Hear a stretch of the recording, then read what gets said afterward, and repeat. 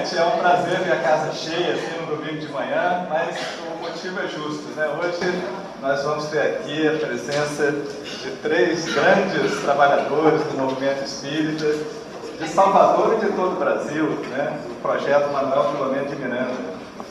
E mais adiante a gente vai falar um pouquinho sobre a programação do dia. Eu vou chamar o Paulo aqui para fazer a leitura inicial e a prece. Bom dia a todos. Eu queria dar as boas-vindas para as pessoas de outras casas. Eu estou feliz aqui vendo companheiros de outras casas e uma felicidade se integrando aí nosso movimento federativo, né? Então, Jesus e os amigos. Ninguém tem maior amor do que este, de dar a alguém a vida pelos seus amigos, Jesus.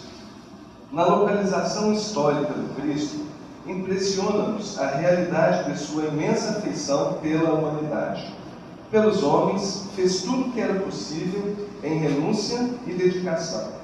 Seus atos foram celebrados em assembleias de confraternização e de amor. A primeira manifestação de seu apostolado verificou-se na festa jubilosa de um lar. Fez companhia aos publicanos, sentiu sede da perfeita compreensão de seus discípulos.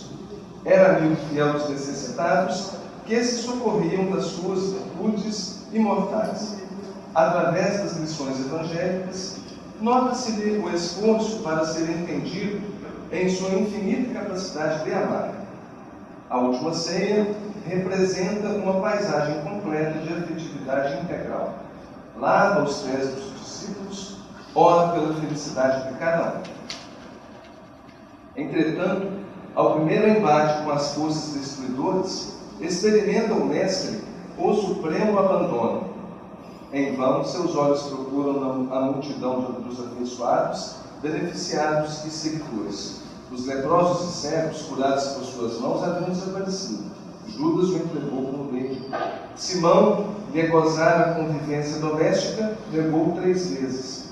João e Tiago dormiram no outro. Os demais preferiram estacionar em acordos apressados com as acusações injustas. Mesmo depois da ressurreição, Tomé exigiu-lhe sinais.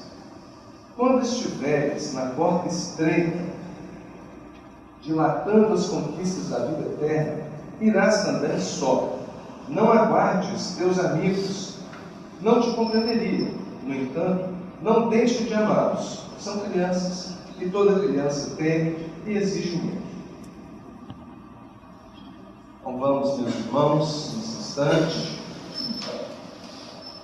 unir os corações numa prece que é só de gratidão. Pai de bondade, infinita misericórdia, estamos aqui hoje, Senhor, felizes pela oportunidade de estarmos em Teu nome reunidos para aprender sobre esse tema da ressurreição, da comunicação dos Espíritos, que nos traz tanta esperança, que nos traz tanto alento aos corações. Essa porta aberta para o outro mundo, essa porta aberta para a espiritualidade em comunicação direta conosco, os encarnados.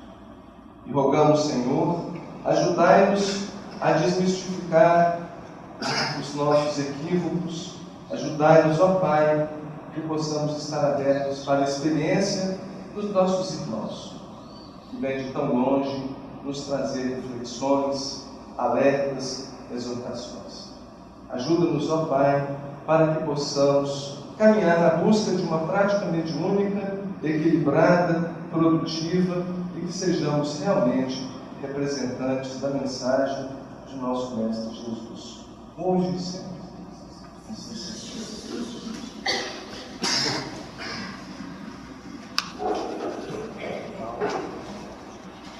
Bom, os nossos convidados de hoje, né, são José Ferraz, Nilo Calazans e João Neves.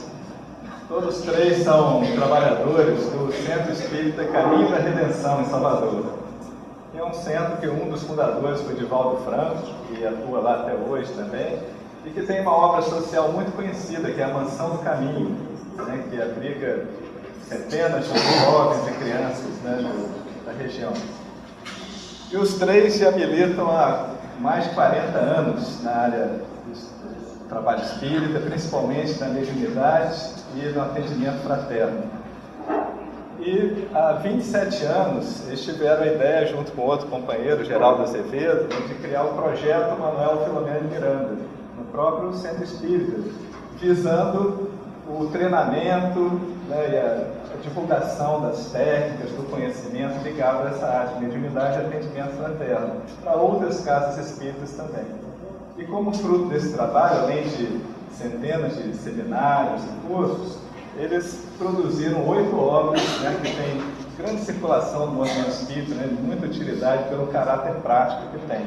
Uma delas é o tema do nosso seminário de hoje, né, chama Qualidade na Prática Mediúnica. Né, e outras obras também importantes aqui, né, a gente pode mencionar: Vivência Mediúnica, Estudando o Livro dos Médiuns, que é a mais recente, né, publicação, Passe Aprendendo com os Espíritos, Reuniões Mediúnicas, Consciência e Mediunidade, Atendimento Fraterno e Terapia pelos Passes. Né? Então, essa coleção toda é uma contribuição que a gente agradece muito, né, ao projeto Manuel Filomeno Miranda.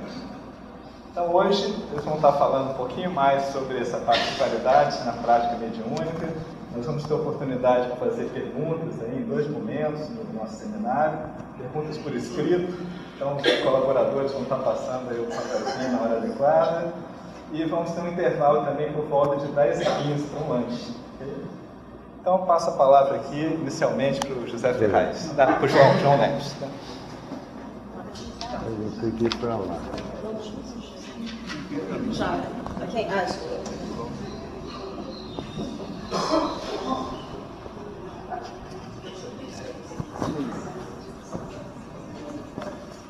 Bom dia.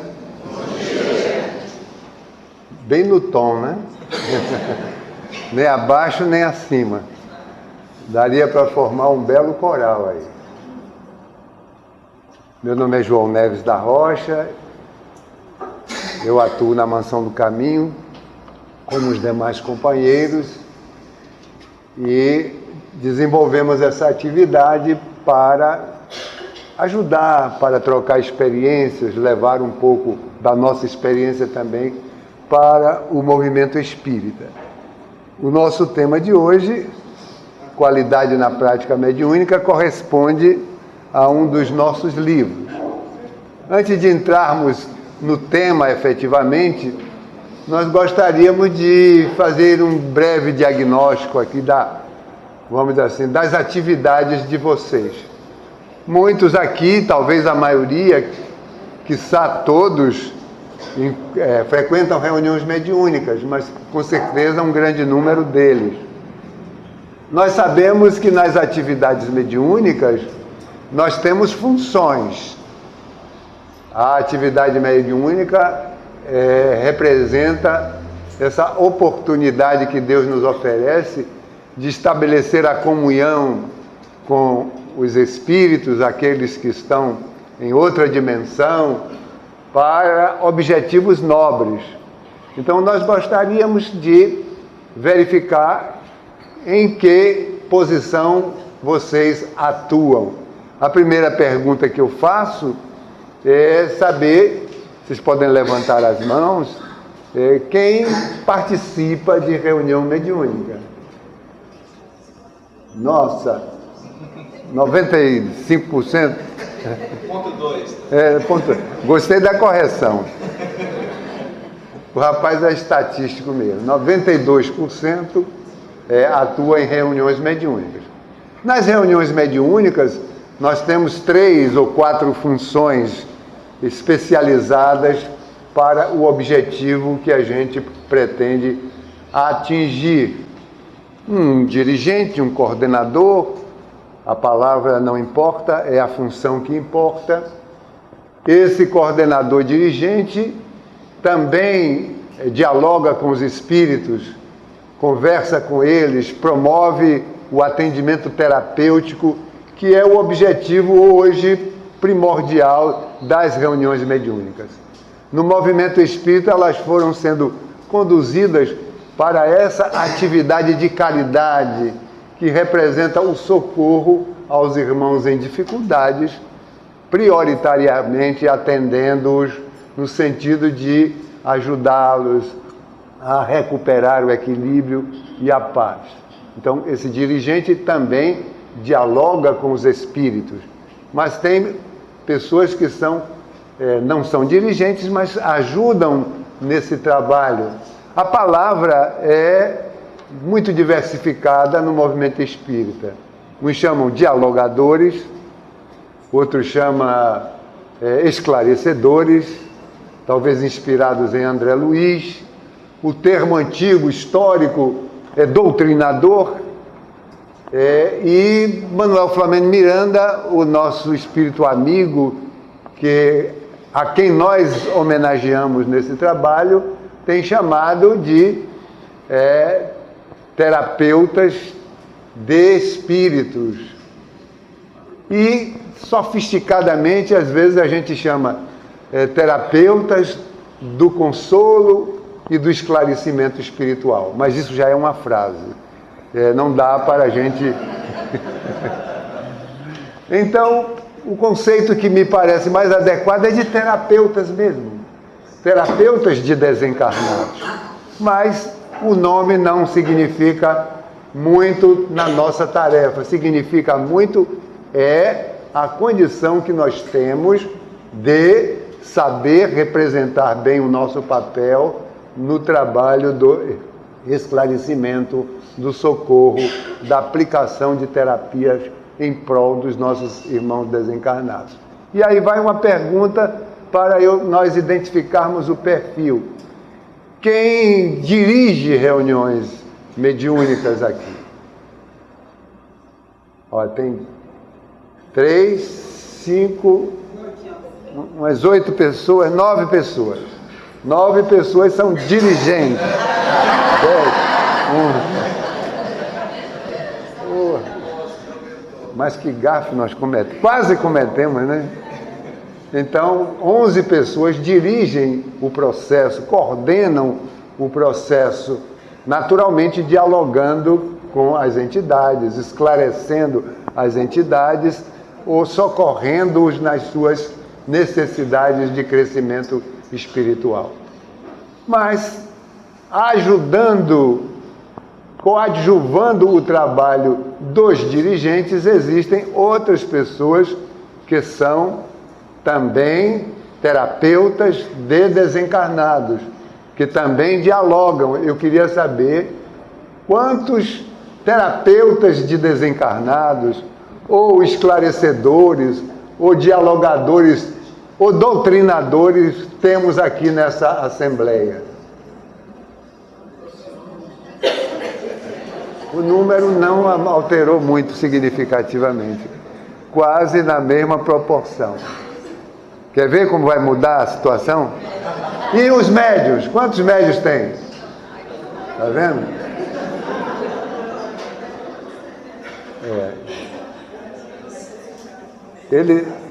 Pedro tinha razão quando disse que, evocando o profeta Joel, no final dos tempos, ele mandaria trabalhadores para colocar a mensagem, para atuar no processo da intercomunicação com o mundo espiritual.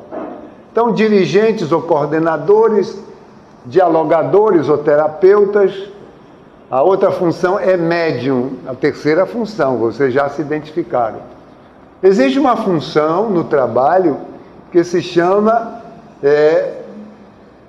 médios de sustentação, médios de apoio, apoio vibracional, o nome não importa. São pessoas que ainda não apareceram mediunidade, são pessoas que ainda não assumiram outras obrigações. Então, nós gostaríamos de saber quantas pessoas estão na reunião mediúnica que fazem parte da equipe de sustentação vibracional, médios de sustentação, apoio vibratório no trabalho. Não dialogam, não promovem, não ensejam a comunicação direta com o mundo espiritual, mas têm uma função, uma responsabilidade. Quantas pessoas estão nessa posição? Frequentam a reunião mediúnica, olha, caiu bastante, está vendo? Quase na mesma proporção de dialogadores. Então, será que eu encaminhei a pergunta adequadamente? Eu vou fazer de outra maneira. Quem não é doutrinador, que não é médium e que frequenta a reunião mediúnica? Não, entenderam bem. Entenderam bem. Realmente o público, não sei se as reuniões mediúnicas aqui só aceitam a pessoa que tem funções diretas, se esse é o problema, ou se o problema é de outra natureza. Bem, nós vamos começar o nosso tema mostrando explicando o título do nosso seminário, Qualidade na Prática Mediúnica. A doutrina da qualidade no século passado, vamos dizer assim, encheu o mundo de expectativas na promoção de qualidade de pessoas, de serviços, de objetivos. Nascido lá no Japão, a ideia, vamos dizer, fascinou o mundo dos negócios, fascinou o mundo empresarial, quando se estabeleceu a doutrina da qualidade total. Então, aí surgiu o ISO 9001, as várias ISOs e várias propostas para desenvolver a qualidade dos nossos processos. Na visão espírita, a Kardec antecede tudo isso, porque quando ele estabelece o conceito de qualidade nas reuniões mediúnicas, no capítulo 29, quando ele vai examinar ali, a gente vai ver que ali estão todos aqueles quesitos da qualidade total. Qualidade de objetivos, ele falou de qualidade de objetivos, qualidade de pessoas, ele foi muito claro com relação à qualidade das pessoas, ou os aspectos de qualidade que as pessoas terão que incorporar para promover bem esse trabalho de abordagem o mundo espiritual, e qualidade de resultados, como avaliar, como perceber que as coisas tomaram o curso correto e adequado. Então, Kardec antecede tudo isso. No nosso seminário, nós vamos examinar a qualidade nas reuniões mediúnicas sob dois aspectos importantes. A qualidade do desempenho funcional. Nós já vimos que nós temos algumas funções. Eu poderia falar do passista também, que é uma outra função dentro da reunião mediúnica. Qualidade do desempenho funcional, que é um aspecto muito importante, e qualidade dos resultados. Nós que atuamos na reunião mediúnica, precisamos estar atento a esses dois aspectos. Qualidade do desempenho funcional. Quando a gente executa um trabalho, nós deveremos ter consciência de que o nosso trabalho está bem executado, razoavelmente executado, excelentemente executado, ou uma execução carecente de alguns ajustes para melhorar o nosso entendimento. Às vezes a gente vê falar em reuniões mediúnicas da questão das avaliações. Avaliar uma reunião mediúnica, a gente precisa ter realmente algumas metodologias. O importante é, prioritariamente, que cada pessoa saiba avaliar o seu próprio desempenho. Então, o médium, eu promovi um intercâmbio com o mundo espiritual nessa reunião, as comunicações que eu permiti, que eu dei passividade, foram de tal natureza que eu estou consciente de que foram comunicações de qualidade. Então é o próprio executador da tarefa, a própria pessoa que executa a tarefa, que deve estabelecer a qualidade do seu trabalho, desenvolver parâmetros, padrões que possam assegurar ao própria pessoa que executa que ele está com uma qualidade razoável. É claro que todos nós nessa área temos que avançar sempre, temos que promover ajustes sempre na direção de uma realização cada vez mais efetivas. Então, qualidade de resultados é o nosso primeiro módulo do trabalho que nós vamos desenvolver.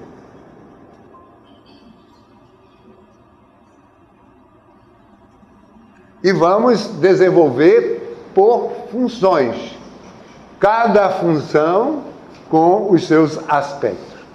Então, nós desenvolvemos o nosso seminário estabelecendo, vocês estão olhando ali, aptidões, conquistas, controle e interação.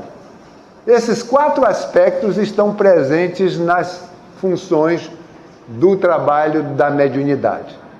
O doutrinador e dirigente colocamos na mesma pauta, embora o dirigente tenha algumas responsabilidades especiais. Mas nós poderíamos destacá-las no contexto da fala e começando com as aptidões. Quando você vai realizar um trabalho, você precisa ter qualidades natas, qualidades apropriadas para aquela atividade. Então nós colocamos concentração. O dialogador ou terapeuta, ele precisa já, antes de começar o trabalho, antes de assumir essa responsabilidade, ele já ter incorporado no seu conteúdo de realizações íntimas essa questão de uma boa concentração. Deve ser uma pessoa que está investida de uma boa qualidade de concentração, porque ele vai precisar muito dessa ferramenta para o trabalho que ele vai desempenhar, para acompanhar dinamicamente, com a mente em processo claro, específico, com bastante atenção, todo o trabalho que ali se desenrola. Esse é o primeiro aspecto. O segundo aspecto, no item aptidão, é o perfil intuitivo. É um perfil mediúnico do dialogador, do terapeuta, o nome não importa, do doutrinador, para os mais velhos que ainda trazem essa proposta. Perfil intuitivo. Então, o dialogador é uma pessoa que tem mediunidade, sim, mas ele não é um médium de transe, não é um médium de transe profundo, não é um médium como nós classificamos um médium ostensivo. Ele não pode ter essa ostensividade natural, porque ele está praticamente no desvio de função. Ele tem facilidade do transe para entrar em contato, e isso é uma tarefa, uma responsabilidade que lhe foi confiada, ele recebeu do mundo espiritual essa delegação para um trabalho de contato direto com o mundo espiritual. Mas o dialogador deve ter um perfil intuitivo. Então, como seria a mediunidade do dialogador? A gente vai ver em André Luiz, quando ele fala assimilação de correntes mentais. Ele capta a onda do pensamento. No seu processo de transe, ele não exterioriza a sua aura para entrar em contato com a aura dos espíritos que estão se comunicando, e eles apenas captam sintonicamente a presença do pensamento da entidade que lhe ajuda no processo do esclarecimento. Então fica estabelecido, todo dialogador, ao dialogar, na maioria das reuniões mediúnicas, ou na quase totalidade, não faz o trabalho sozinho. Ele faz o trabalho apoiado com um trabalhador espiritual da reunião que lhe vai ajudar. E a sua mediunidade é uma assimilação de correntes mentais. É aquela mediunidade, é aquele processo em que o mentor pensa, irradia ondas de pensamento e essas ondas vão atingir a mente do dialogador para o processo. Então, é um perfil intuitivo. Às vezes a gente começa como terapeuta, como doutrinador. Com o passar do tempo a gente vai captando melhor e a gente vai se tornando médium doutrinador. Essa é a postura ideal, que a gente não seja só um doutrinador, que a gente seja um médium doutrinador, que capte o pensamento do benfeitor espiritual para melhorar a qualidade do nosso trabalho. Então, boa moral. Bom, esse é um requisito quase geral, seria muito... Mas por que a gente coloca especificamente aqui? Porque a boa moral no processo do esclarecimento passa a ser algo vital. Porque os espíritos maus, os espíritos em dificuldade, aqueles espíritos que ainda estão arbitrariamente se colocando numa posição de antagonismo com relação ao bem, eles sentem a vibração de uma pessoa moralizada e sentem a vibração de uma pessoa não moralizada. Então isso passa a ser um valor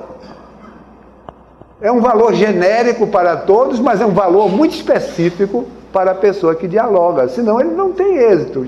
Os espíritos não o respeitam, os espíritos não o acatam, não acolhem as suas palavras e os seus recursos para aplicar as terapias, eles vão se tornar como que, vamos dizer assim, inexpressivos. Baixa muito a qualidade do seu trabalho. E conhecimento. Ele deve ter um conhecimento. Que conhecimento? Da doutrina espírita. Por isso, os antigos falavam doutrinador. Ele vai dialogar embasado no que ele conhece de doutrina espírita. E ele precisa conhecer como funciona a mediunidade, como funciona o transe. Ele precisa ter um conhecimento da filosofia espírita, do Evangelho, do Livro dos Espíritos. Ele precisa ter um bom conhecimento de quê? Da doutrina espírita. Eu sempre acrescento do Evangelho de Jesus. Muitas pessoas dizem, mas o Evangelho não está dentro da doutrina espírita? Está. Mas por que não especificar algo? Porque a vida de Jesus é tão fascinante que não se justifica que a gente não lhe conheça os caminhos, que não percorramos as suas pegadas, que não conheçamos as suas propostas, que a vida de Jesus não seja algo tão caro para o nosso coração. Então, o Evangelho segundo o Espiritismo é um livro maravilhoso. Mas por que Emmanuel escreveu tanta coisa bonita sobre o Evangelho? Para a gente ler. Por que Amélia Rodrigues traça aqueles poemas tão coloridos da vida de Jesus? Por quê? É para a gente colher e acolher e colocar em prática do nosso trabalho. Bom, aptidões. Essa pessoa pode ser um bom dialogador, mas ele vai conquistar alguns aspectos no seu trabalho. Tato psicológico é uma coisa muito importante. Tato psicológico para que ele saiba um pouco da arte do diálogo, saiba como ouvir, saiba ter paciência, entenda que ele não pode promover debates acirrados, que ele precisa ter argúcia perceptiva para entender nuances do temperamento da entidade pelo aspecto da sua forma de se manifestar. Rapidez de percepção. Essa rapidez de percepção está vinculada à questão do perfil intuitivo. Quanto melhor o perfil intuitivo, melhor a rapidez de percepção.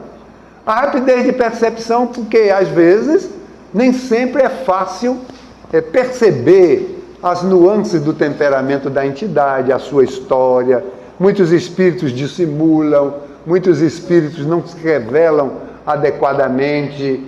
E, às vezes, o dialogador fica tateando, sindicando, apalpa daqui, apalpa dali. E há uma perda de tempo, de energia. Às vezes o processo na área do médium é muito complexa. É preciso que não haja uma grande perda de tempo em auscultar as necessidades da entidade espiritual. Então é uma coisa que ele precisa conquistar. E conquistando essas três coisas, ele vai entender que o processo é um diálogo sustentado. O dialogador, o doutrinador, vai sustentar o diálogo. O Espírito primeiro fala, o Espírito fala primeiro. Dialogadores apressados que chegam e já começam um discurso, é necessário ter paciência, deixar o Espírito falar, a menos que eles tenham alguma dificuldade.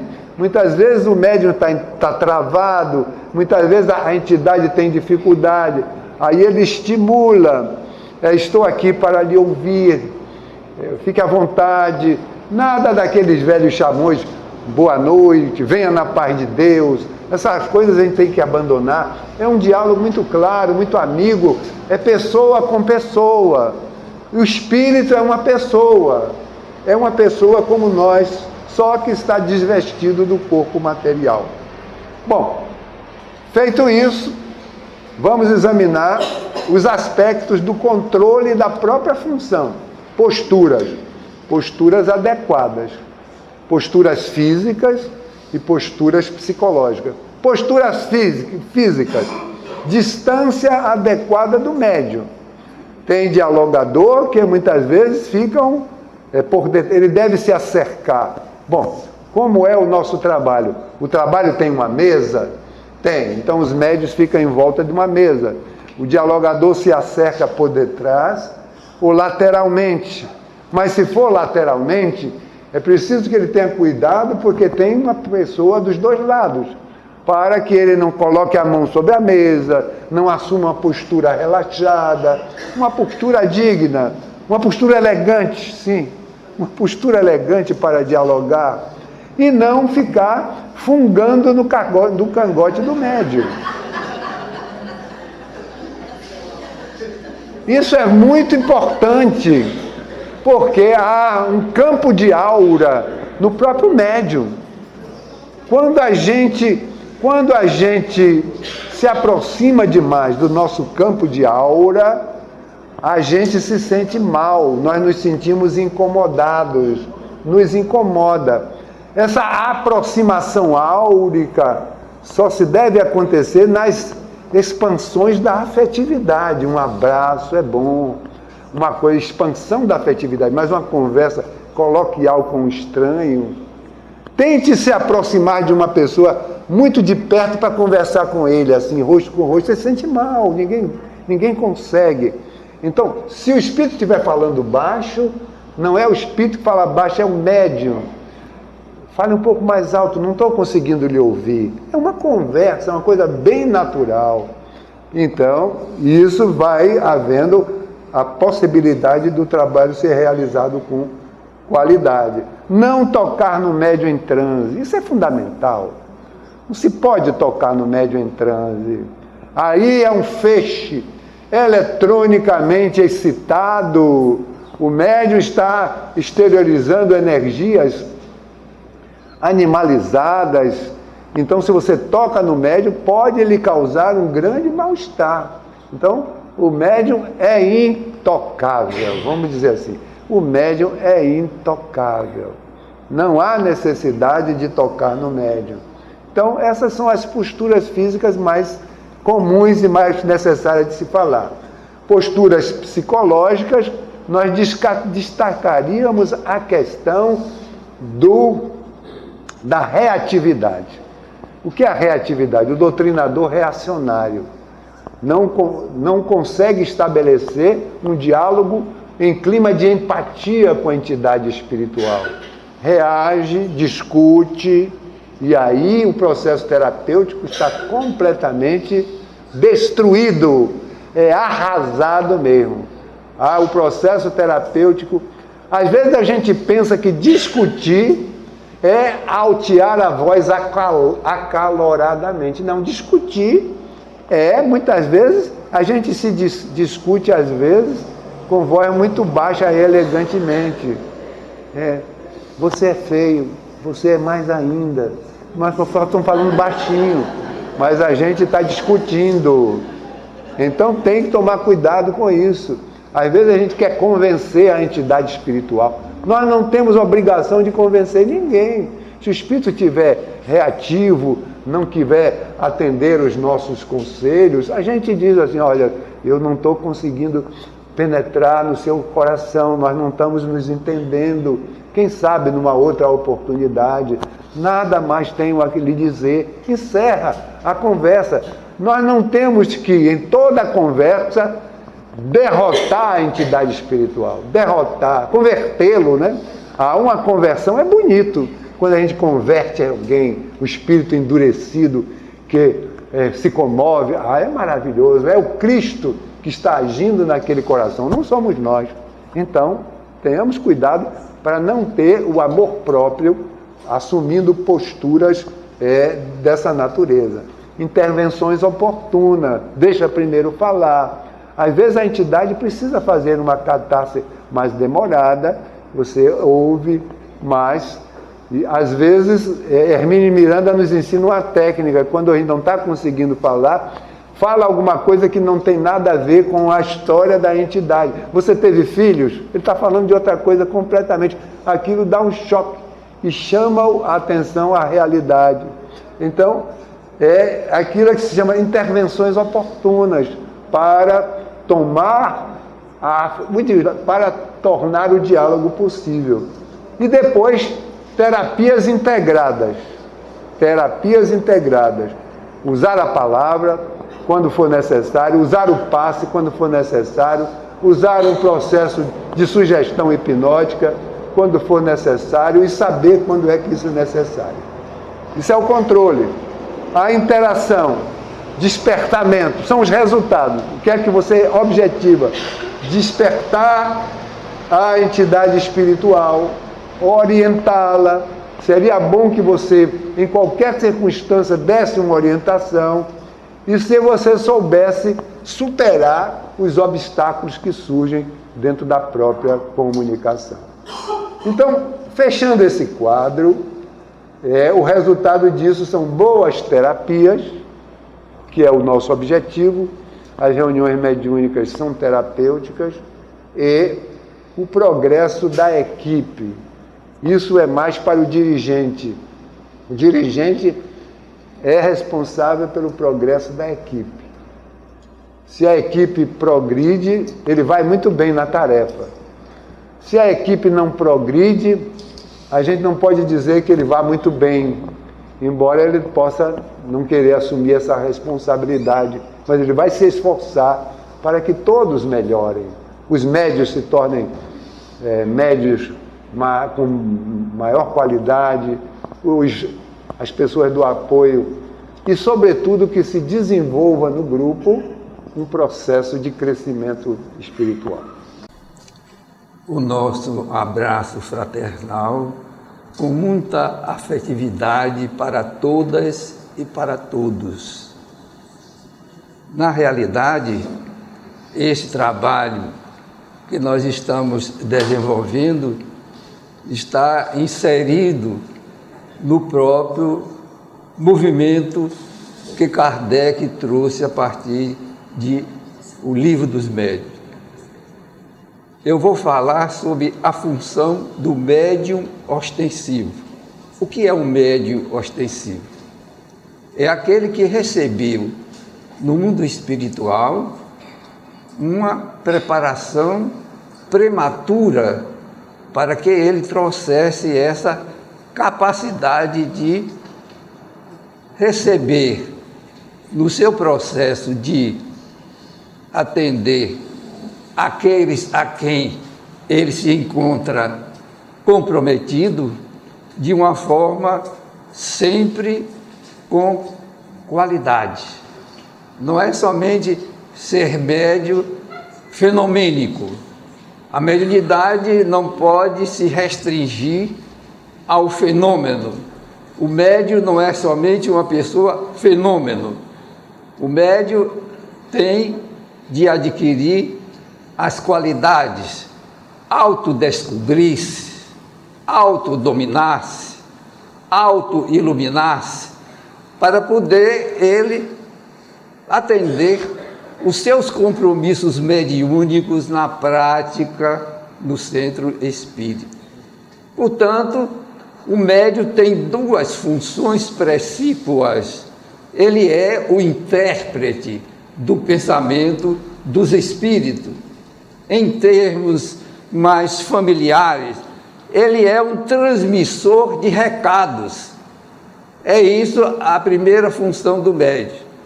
A outra função, ele é o primeiro socorrista.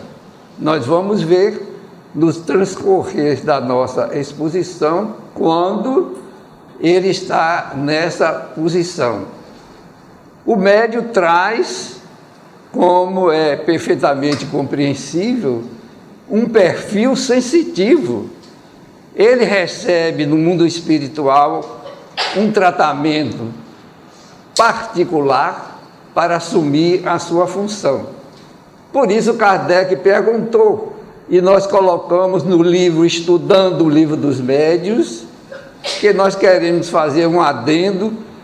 Quando realizamos seminários durante vários anos, as pessoas sempre vinham durante o intervalo dar uma desculpa, dizer: o livro dos médiuns é um livro muito difícil de se estudar, é um tratado mediúnico.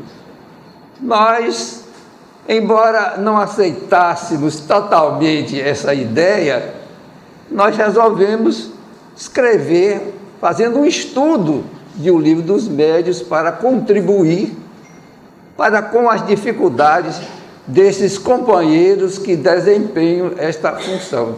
Então, escrevemos, estudando O Livro dos Médiuns.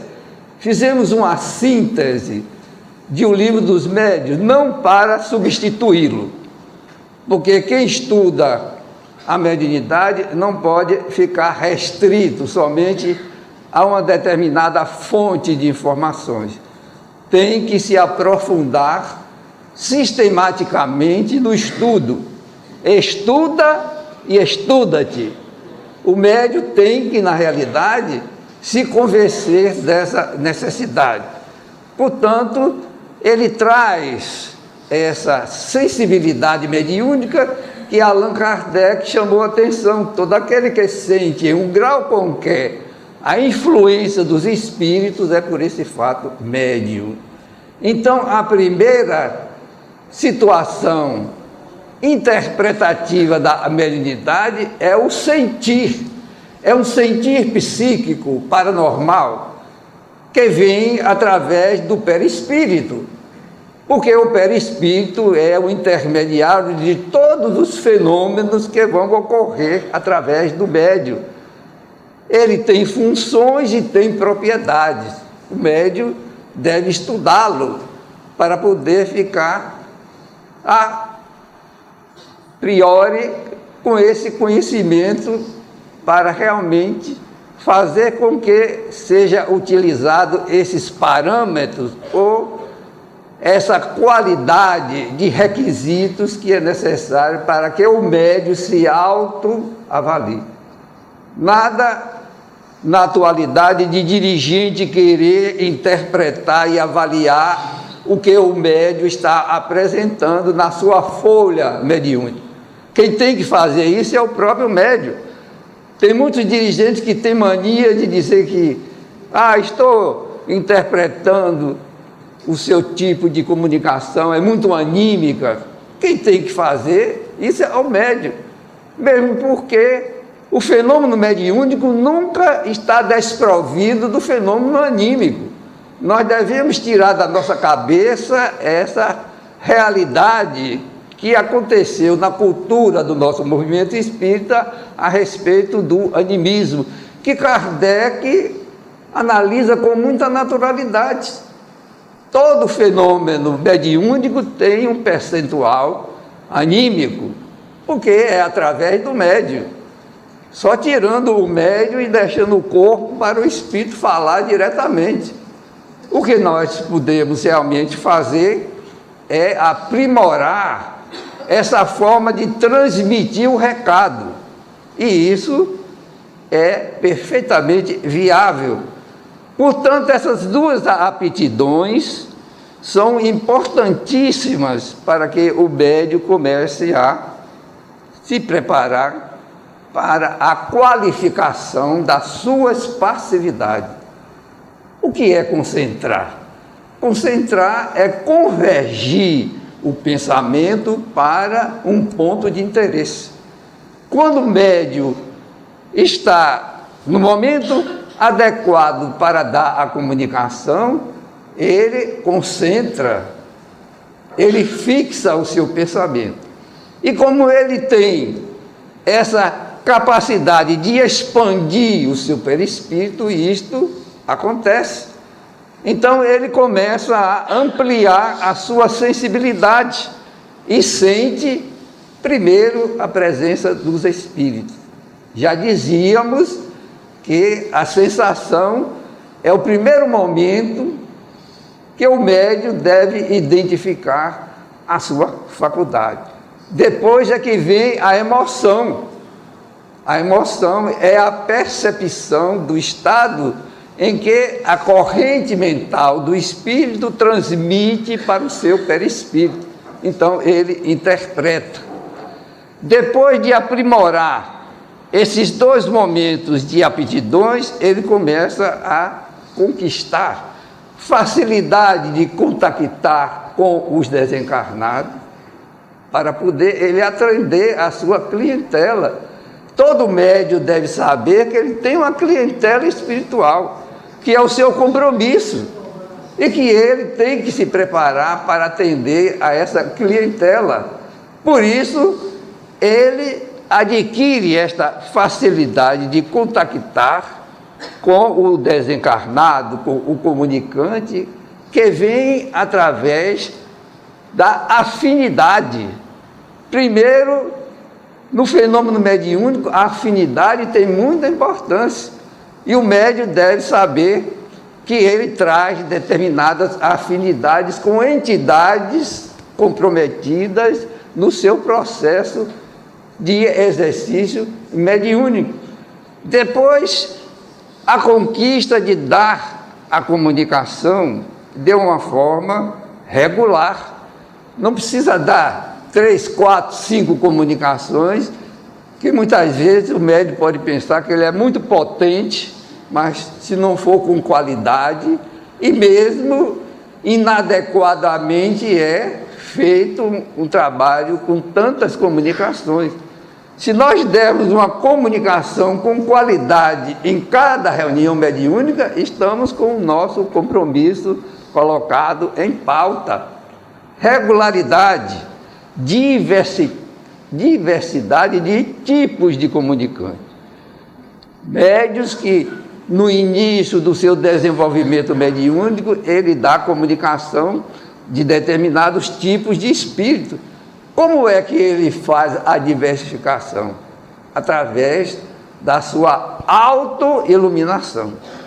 Porque o nosso perispírito vai mudando de contextura à medida que nós vamos evoluindo moral e espiritualmente. Então ele fica com a maior amplitude de atender uma gama de espírito de uma variada natureza. E isso é perfeitamente identificado dentro da qualidade da sua comunicação. Depois, o médium passa para o campo da segurança. O que é segurança? Segurança é a conquista moral do médium, para que ele não seja ludibriado nas suas comunicações. o médium tem que se moralizar incessantemente, nunca ficar satisfeito com o grau de moralização que ele já conquistou. Reparem, a mediunidade é uma ponte de luz para que nós conquistemos a nossa destinação. Qual é a nossa destinação? A perfeição moral. Portanto, Jesus era médium de Deus. Ele sintonizava, como ele diz, eu sou uno com o Pai. As pessoas confundiram isso, e hoje o tradicionalismo religioso tem Jesus como um Deus. Não, Jesus é um filho de Deus como nós somos.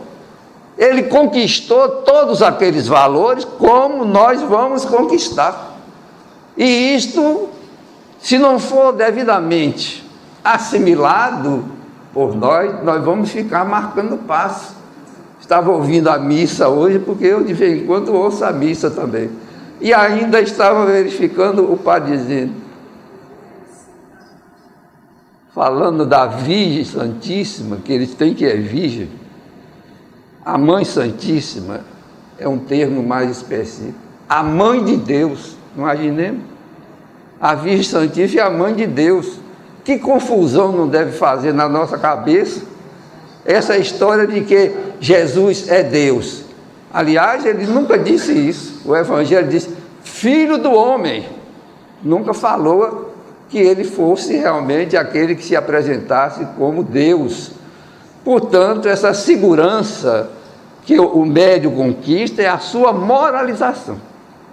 Vida austera. O médium não pode viver uma vida profana de jeito nenhum.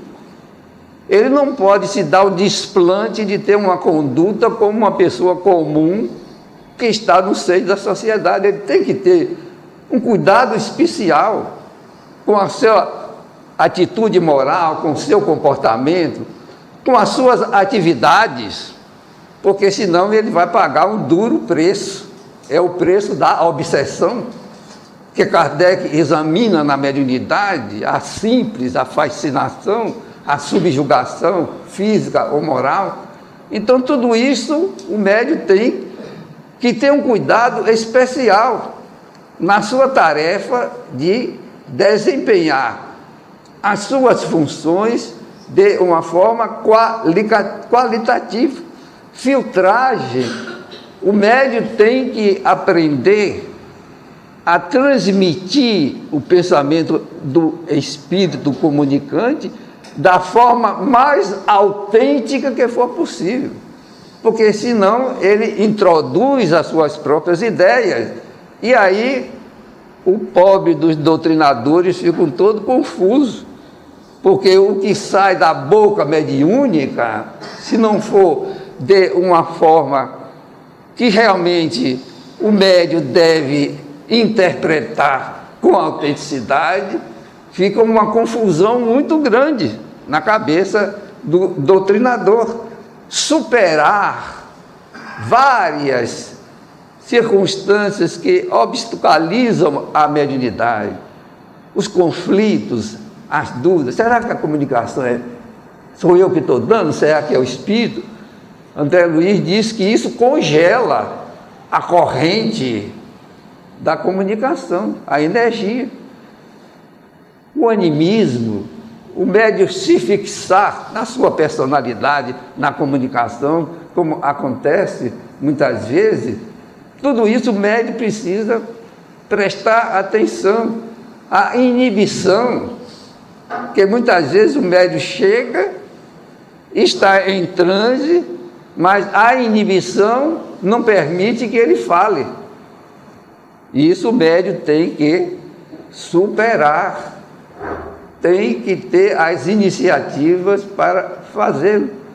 Tem também a questão das comunicações do próprio ego do médium, que é terrivelmente colocada em funcionamento, que deve o médium fiscalizar de uma forma muito evidente e cuidadosa. Por isso, a mediunidade não é uma faculdade somente fenomênica.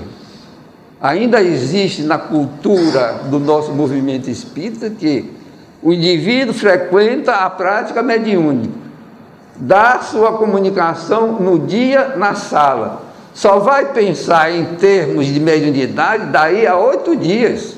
Não, o médium é médium de todo momento, de todo instante.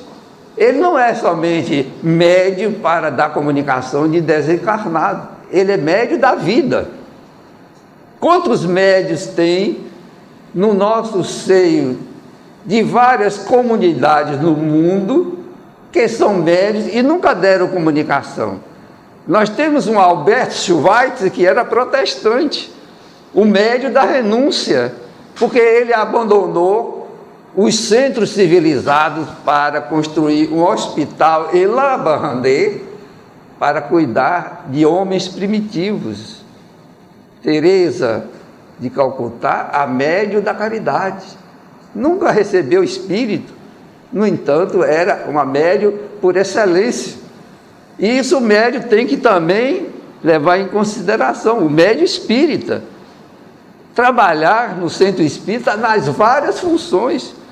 Aliás, o médium é, dentro do campo do atendimento fraterno, lá no nosso centro, é o preferencial para ser um atendente fraterno, porque o médium é uma pessoa que tem os cuidados especiais para se preparar. Depois, equilíbrio. Falar demasiadamente alto, às vezes acontece. Às vezes o médium recebe um impulso tão potente do espírito comunicante que ele não consegue filtrar a comunicação. Então, às vezes, o médium adquire um timbre de voz que não é adequado. O doutrinador deve chamar atenção. O que é que o doutrinador deve fazer? Reage um pouco, porque o médium reage. Se o doutrinador não disser reaja um pouco, esse timbre de voz vai continuar até o fim. Colocar-se debruçado em cima da mesa, dar murro em cima da mesa, isso é desequilíbrio. Isso não é mediunidade, não. Isso é desequilíbrio nervoso. O médium está sendo levado a bom texto, a influência do seu campo, do seu sistema nervoso. Porque o médium é um feixe energético muito sensível, como já foi falado aqui. Por isso é necessário que o doutrinador olhe também pelo médium. Os doutrinadores, às vezes, só olham pelos comunicantes. O médium está se acabando e ele não dá pelota ao médium. O médium, às vezes, está precisando que ele aplique um passe para o reequilíbrio e ele não aplica. Ele começa somente a falar, porque nós temos uma língua terrível, falamos. Não temos o cuidado de controlar a nossa linguagem, falar pouco, ouvir mais. Para se ouvir bem, é preciso renunciar a falar. Entrosamento, o que é o médium entrosar-se com a equipe? Se ele não está dando comunicação, como é a postura do médium na sala mediúnica? Entrar para ser um sustentador da vibração psicosfera do ambiente. Ter o cuidado de quando mais de 2 médios está dando comunicação, ele não entrar em transe. Tudo isso é entrosamento. Depois, a clareza no vocabulário. Quando as comunicações saem pela boca mediúnica, devem ser escorreitas, vocabulário perfeitamente entendível, não ser realmente aquele médium que entrecorta as palavras. As palavras devem fluir de uma forma sempre normal. Tudo isso são parâmetros de qualidade que o próprio médium vai gradativamente identificando nas suas passividades. Claro que A qualidade na mediunidade é um campo muito vasto de tempo para que o médium consiga, mas ele vai se esforçando e conseguindo realmente aquilo que é possível, porque a qualidade para a mediunidade é o mesmo da qualidade para a vida, a mesma coisa. Se a vida exige de todos nós determinadas disciplinas, condutas, pensamentos e comportamentos, a mediunidade, a seu turno, também nos exige tudo isso. Portanto, todo esse complexo de informações se encontra no livro Qualidade na Prática Mediúnica. Não fiquemos com a ideia de que, ouvindo e não estudando